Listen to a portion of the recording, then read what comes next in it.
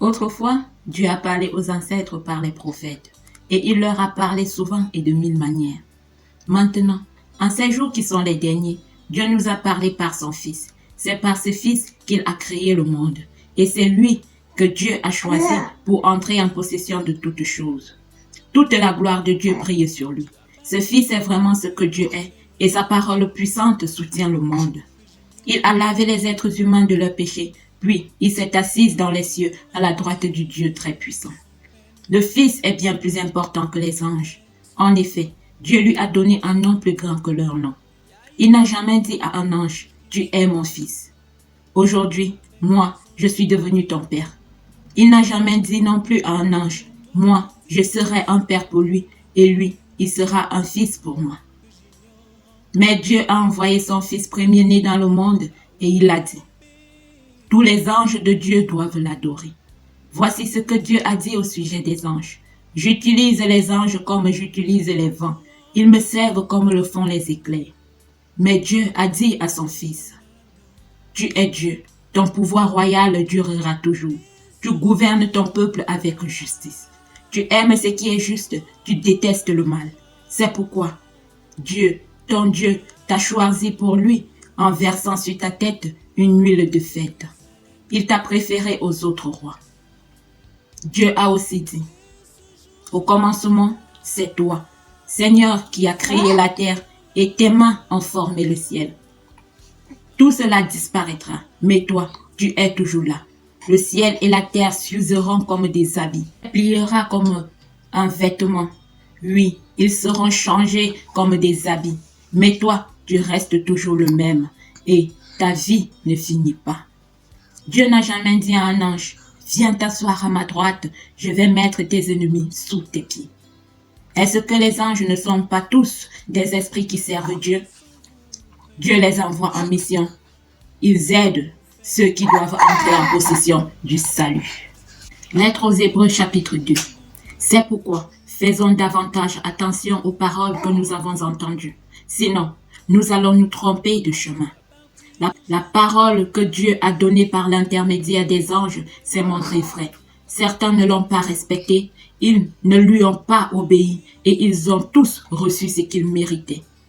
Alors nous, comment éviterons-nous cela si nous passons à côté d'un salut si grand? Ce salut, c'est le Seigneur qui a commencé à l'annoncer. Puis, ceux qui ont entendu parler de ce salut l'ont confirmé pour nous. Dieu lui-même a montré que leur parole était vraie par des signes étonnants, des faits extraordinaires et toutes sortes d'actions puissantes. Et Dieu a aussi montré cela en distribuant les dons de l'Esprit Saint comme il a voulu.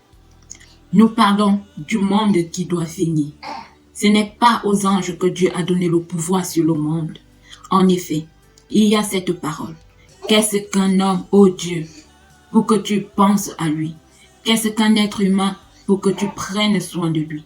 Tu as placé les êtres humains en dessous des anges pendant quelque temps et tu leur as couvert de gloire et d'honneur.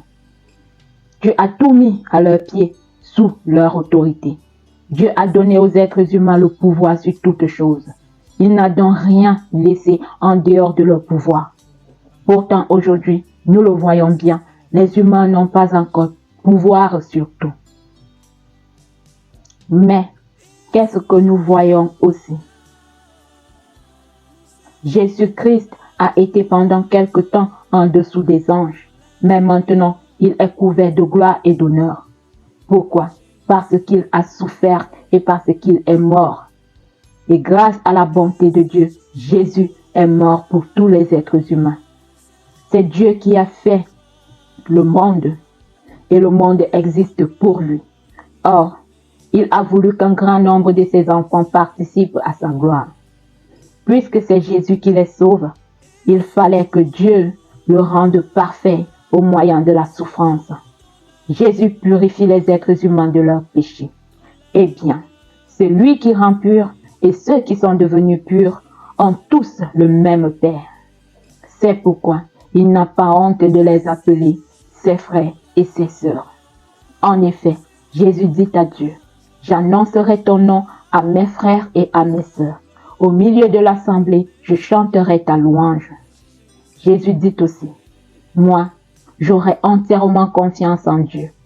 Et encore, me voici, moi et les enfants que Dieu m'a donnés. Mon frère, ma soeur, fais-tu partie des enfants que Dieu a donnés à Jésus? Si ce n'est pas encore le cas, sache que maintenant, tu fais partie.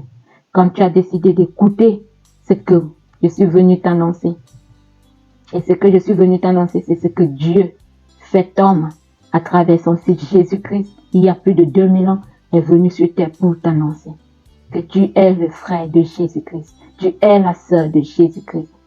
Par conséquent, tu es le Fils de Dieu, tout comme Jésus-Christ est son Fils. Alors, bienvenue à la maison. Bienvenue dans ta famille. Amen. Continuons. Ces enfants-là ont quelque chose en commun. Ce sont des êtres humains. L'esprit du mal avait le pouvoir de les faire mourir. À cause de cela, Jésus, lui aussi, est devenu un être humain pour enlever sa force à l'esprit du mal en mourant lui-même. Les gens étaient comme des esclaves pendant toute leur vie, parce qu'ils avaient peur de la mort. En mourant, Jésus les a libérés. En effet, il ne vient pas aider les anges, mais il vient aider ceux qui sont de la famille d'Abraham. C'est pourquoi il devait ressembler entièrement à ses frères et à ses sœurs. Ainsi, il est devenu un grand prêtre plein de bonté et fidèle dans le service de Dieu pour obtenir le pardon des péchés du peuple. Fais-tu partie du peuple de Dieu? Oui. Tu fais partie du peuple de Dieu. Si tu es dans ce monde, sur cette terre, et si tu écoutes ma voix et tu me regardes à travers ton écran, tu fais partie du peuple de Dieu. Crois en Jésus-Christ, mon ami, et tu seras sauvé.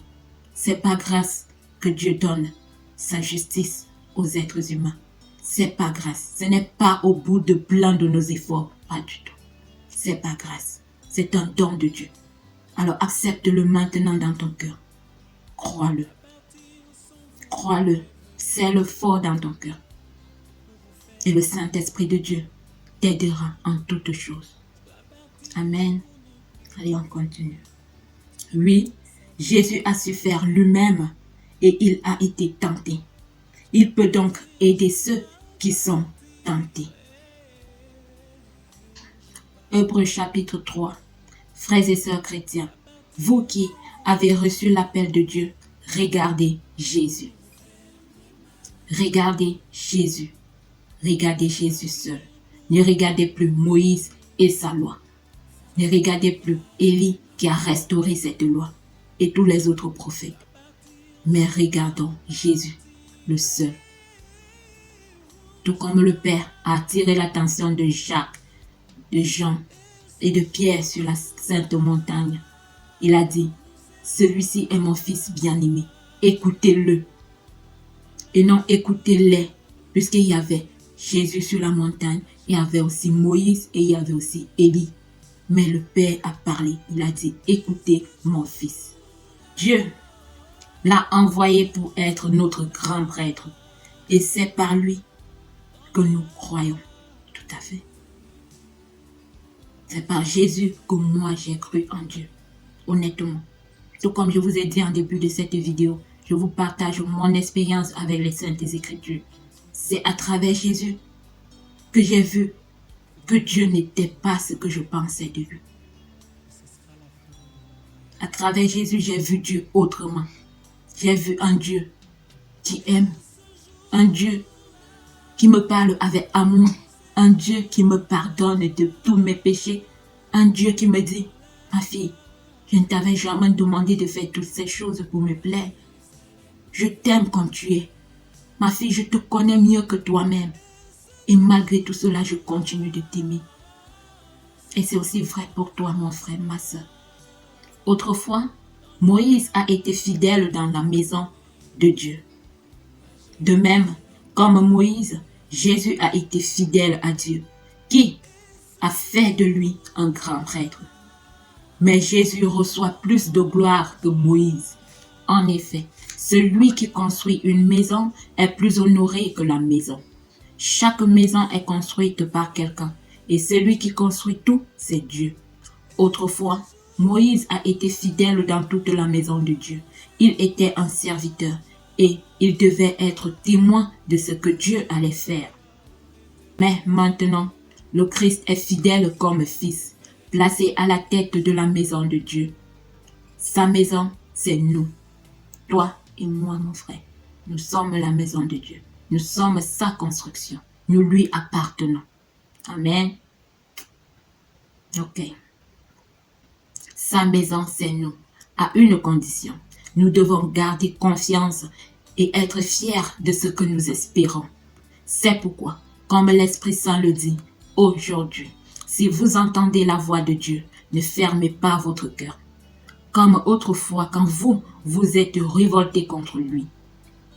À ce moment-là, dans le désert, vous l'avez provoqué.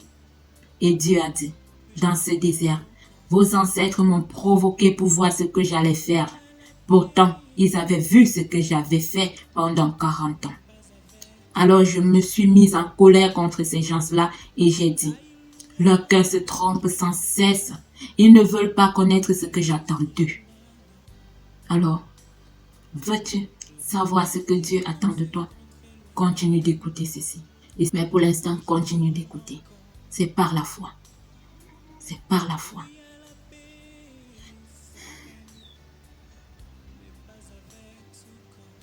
Dans ma colère, j'ai fait le serment.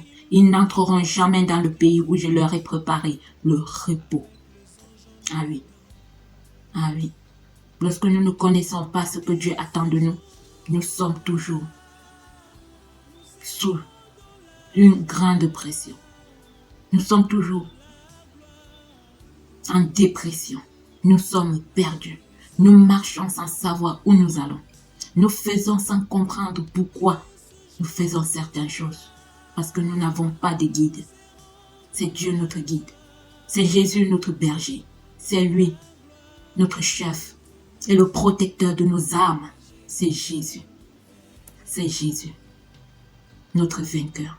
À lui toute la gloire et l'honneur, au siècle des siècles. Merci Jésus. Merci à toi Jésus. Amen. Continuons. Frères et sœurs, attention. Parmi vous, personne ne doit avoir un cœur mauvais qui ne croit pas, ni abandonner le Dieu vivant. Aujourd'hui, Dieu continue à vous appeler. Ah oui, Dieu continue à nous appeler. Et présentement, il est en train de te parler à travers moi. Pour cela, je n'en doute pas.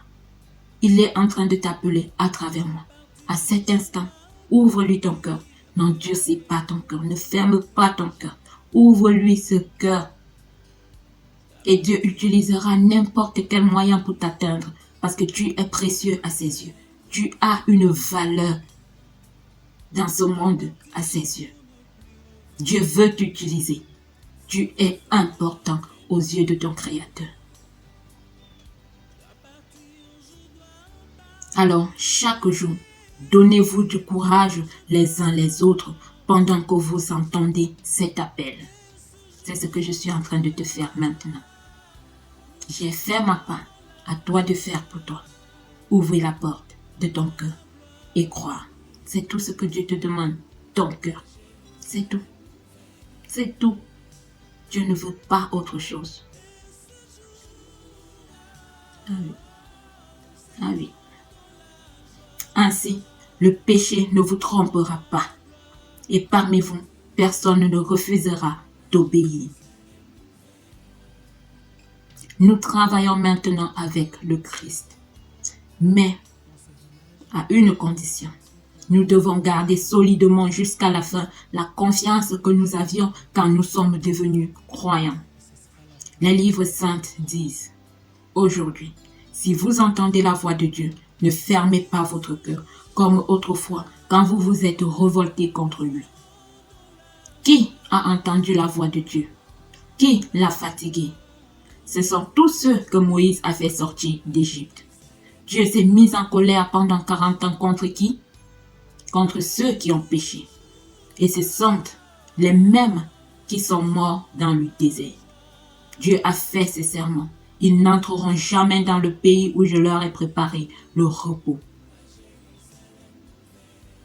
Pour qui a-t-il fait ces serments? Pour ceux qui n'ont pas obéi. Et en effet, nous voyons ceci. Ils n'ont pas pu entrer dans le repos de Dieu parce qu'ils n'ont pas cru. Ah oui, c'est évident. Celui qui n'est pas avec Dieu est contre Dieu. Et par conséquent, tu ne seras jamais en paix. Tu mèneras toujours des guerres. Tout ce que tu dois faire, c'est de te reposer et laisser Dieu faire. Tout comme Moïse a dit aux enfants d'Israël lorsqu'ils étaient en face de la mer Rouge. Restez tranquilles, ayez confiance en Dieu et voyez la délivrance que Dieu vous accorde aujourd'hui. Tout pour nous, c'est de rester tranquille, dans la foi, dans la confiance en Dieu qu'il agira. Même à la dernière heure, il agira. Garde confiance. Amen.